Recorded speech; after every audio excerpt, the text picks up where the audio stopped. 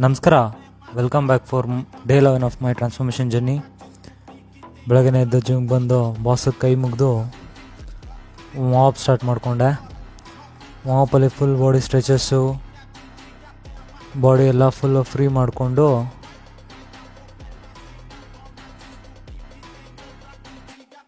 ಇವತ್ತು leg workout, ಹಾಗಾಗಿ ವಾರ್ಮ್ಗೋಸ್ಕರ 100 squats ಮಾಡಿದೆ. ಆಮೇಲೆ ಆ್ಯಕ್ ಸ್ಕ್ವಾಟ್ಸ್, ಬಾರ್ಬಲ್ ವಾಕಿಂಗ್ ಲಂಜ್, ಇದು ಸಖತ್ತಾಗಿ ಕಾಲಿಗೆ ವರ್ಕೌಟ್ ಬಿತ್ತು. ಆಮೇಲೆ ಸ್ಟೆಪ್ ಅಪ್ ಆನ್ ಚೇರ್,